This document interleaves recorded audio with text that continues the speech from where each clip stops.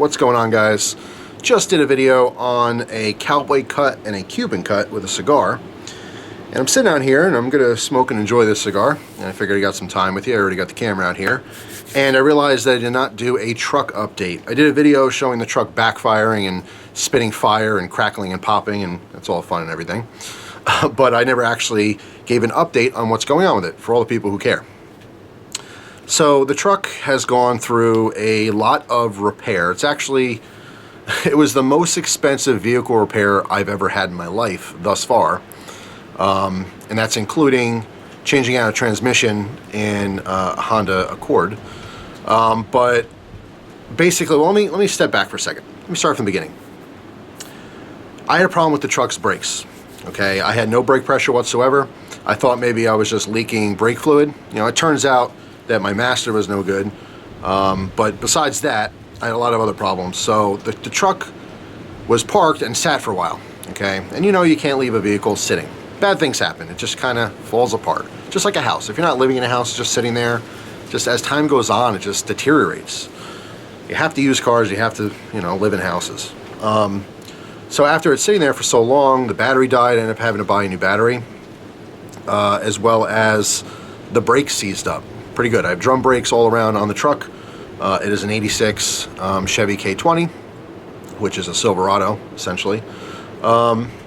And I had to go out there because I wanted to drive it. I didn't want to tow it to, I wanted to drive it out of my driveway, but I did have to have it towed because obviously with bad brakes, I can't drive to a mechanic's. And the place that I want to bring it to is at least a half an hour away from where I live. But I didn't want to, because I have like a weird shaped driveway, so I didn't want the guy to have to bring the flatbed all the way down and snake and everything. So I wanted to drive it at least to the street so you can, you know, tow it from the street. So when I went to go get in the truck to move it, that's when I found out the brakes were seized. I mean, I, you know, put it in drive and slowly gave some gas and it revved up, but it didn't go anywhere. And I could feel the truck kind of like moving forward. I just felt like the brakes were locked up. So I'm like, oh man. So shut the truck off. I got a mallet because I went online because I didn't know what to do for seized brakes. So thank you, internet. Thank you, YouTube. Went to YouTube, watched some videos, and essentially the best way to fix that is to smack on the brakes. Obviously, the brakes were very rusted. They're original drums to the truck. It's never been touched. The pads, I think, were replaced once or twice, at least from when I was told by the previous owner, but it is original to the truck.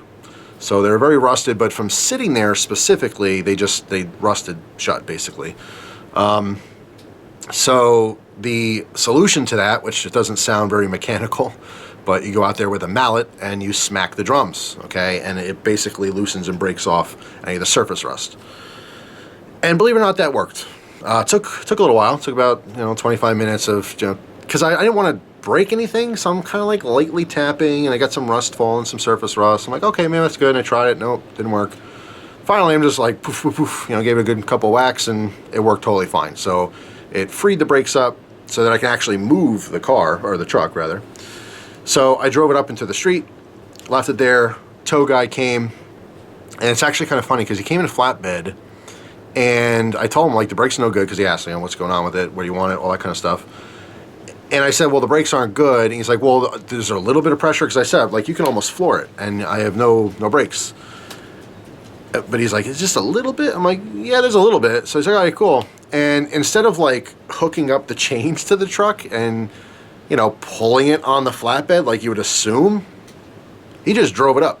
He has a flatbed on like a 45, and he's just like, and by the way, it was half on the side of the road, so at first it dug into the mud, and, back tires were spinning. Then he finally loosened up, went up a little bit, kind of gunned it way up on the flatbed. I'm thinking he's gonna just go right over the front of the truck. I'm like, I seriously almost had like a panic attack. I'm like, what is this guy doing? But he knew exactly what he was doing. Zip right on top, hit the little bit of brake pressure that was left, stopped exactly where it's supposed to be, put it in park, pulled the e-brake, then pull the e-brake, used the foot because I have a foot e-brake on the truck. And it was luckily sitting there with just enough pressure because I thought after he got out it would just roll away since, again, there's no brakes, hello. But he definitely knew more than I knew and entrusted in what he was doing. Or it happened to work out fine. I don't think it was maybe a professional way to do it, but it worked. It worked. But he, then hooked up the chains and secured it properly after he lowered the lift and and took off. So it was at the mechanics for, I want to say like 2 weeks or so. I got an estimate. The first time I got the estimate, it was for essentially a whole new brake job. It was like 95% new brakes. And when I mean by new brakes, I don't mean like new pads. Okay, I don't mean new drum. I mean like everything except for a portion of like the main line on the frame or something was good. That was the only thing that was good on it. Plus the master was no good too. So the quote was for like $1,750.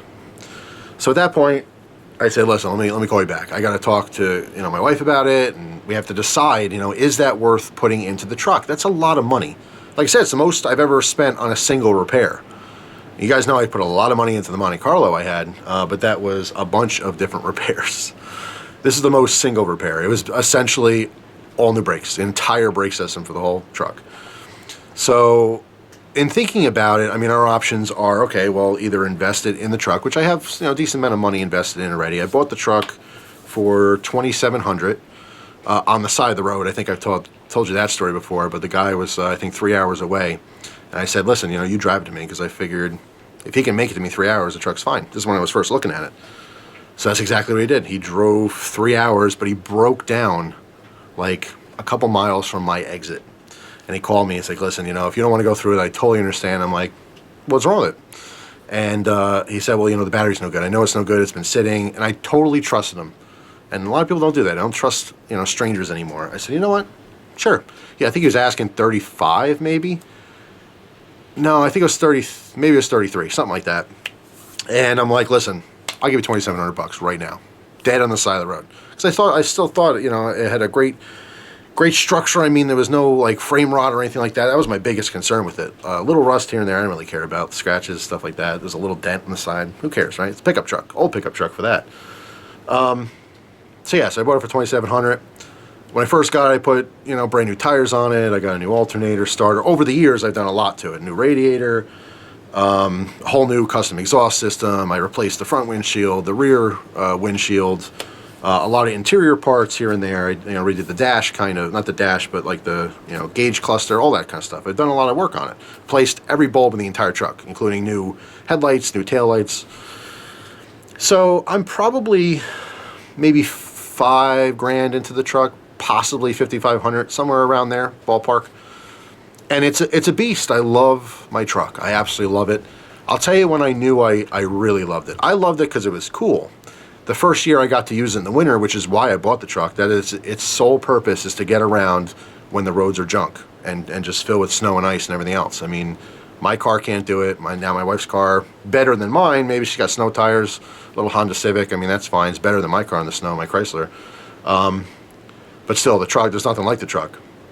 And it was a beast. It would just go. No matter what kind of snow conditions we had, there's a lot of times where they don't get to my area and plowing, until the evening. So like all day, if you have something to do, you're stuck, But there was one moment, not last year, I think maybe it was 2 winters ago, because I've had the truck, I want to say 4 or 5 years now, maybe 4 years.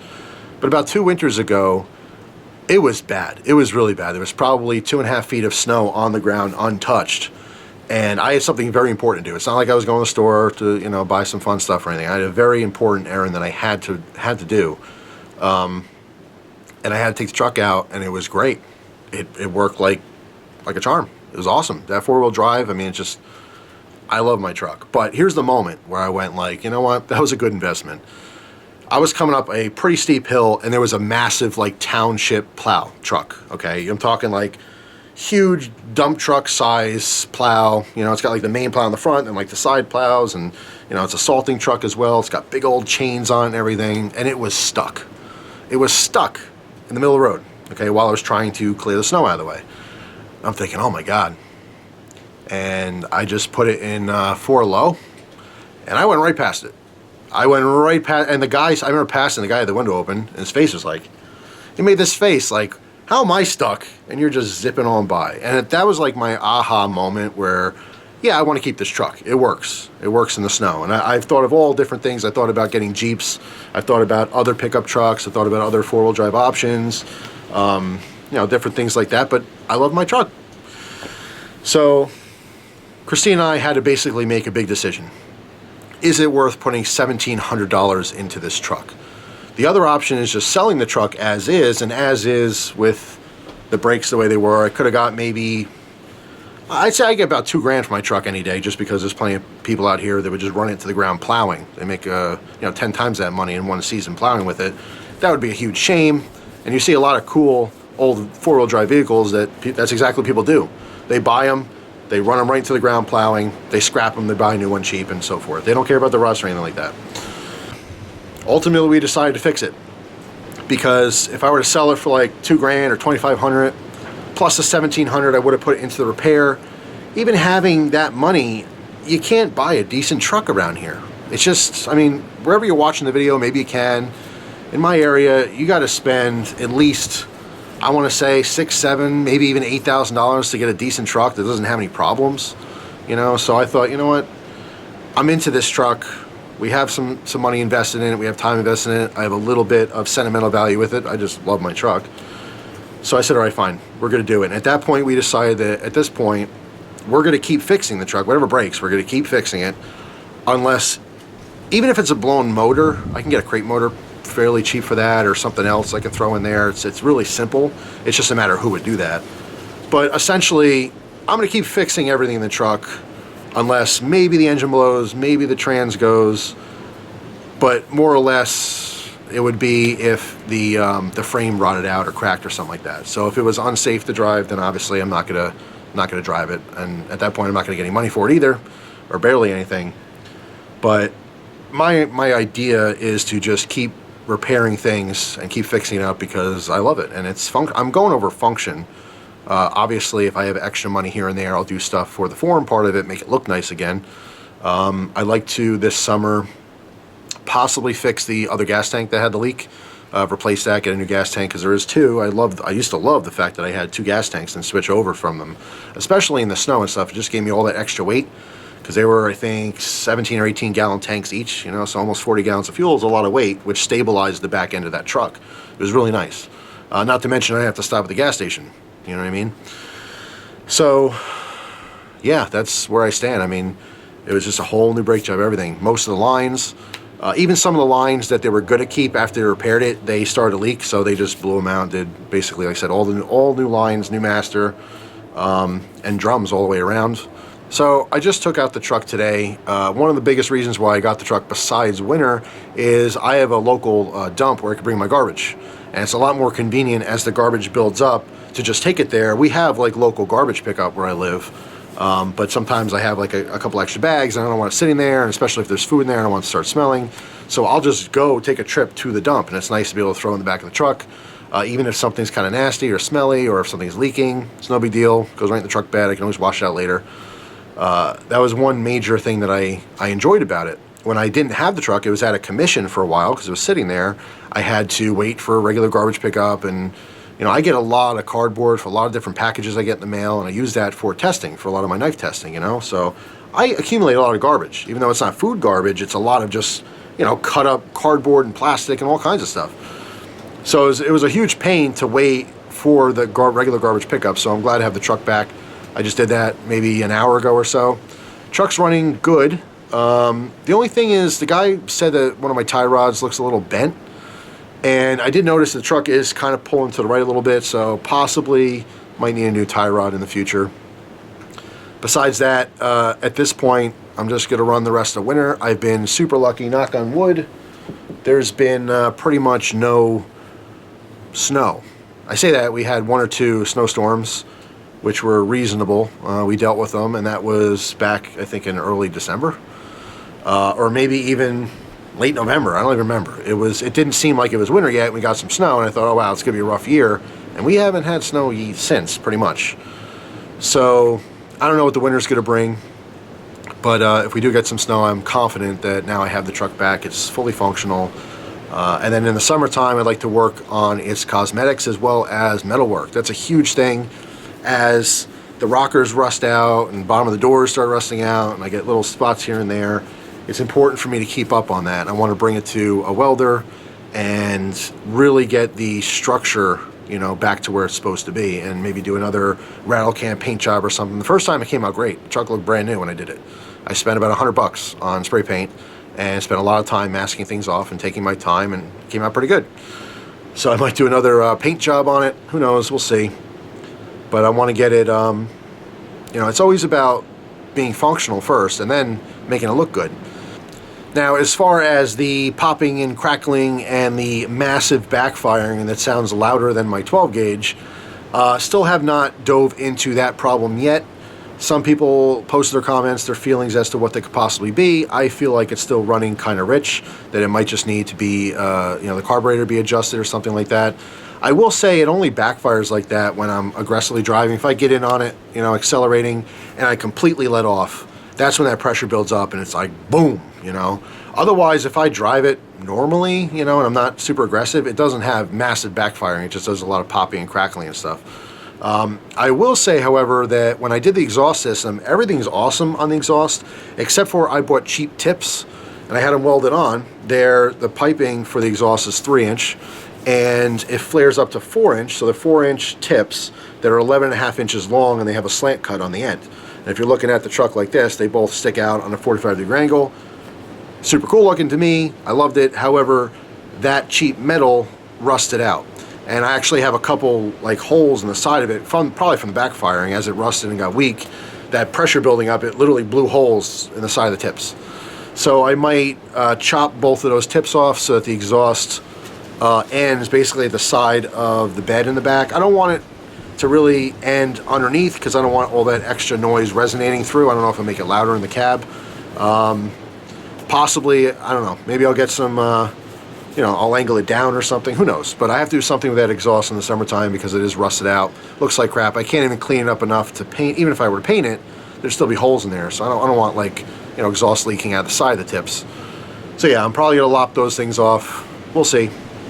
I don't know if I'll replace it with something else. If I do, it'll be bolt-on, not, I won't have it welded this time. So anyway, that's pretty much it for the truck update. I'm very, very happy that the work is done. As of right now, it is fully functional.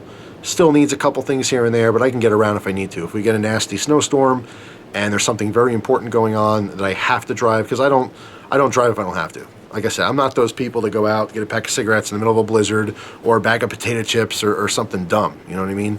But if there's something important and I have to, you know, use the roads in horrible conditions, I have a lot more confidence with this truck. It has treated me very, very well. I absolutely love it. Compared to other vehicles, it is easier and cheaper to work on for the most part. And like I said, as things keep breaking, I'll keep replacing, and eventually I have a brand new truck. I just have to make sure that nothing happens to the frame.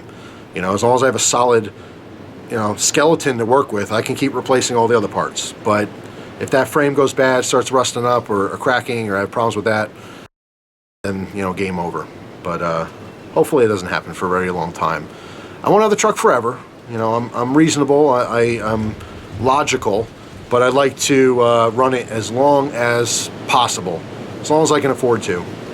But it's that so long because, like I said, that repair, $1,700, actually it ended up being a little bit cheaper.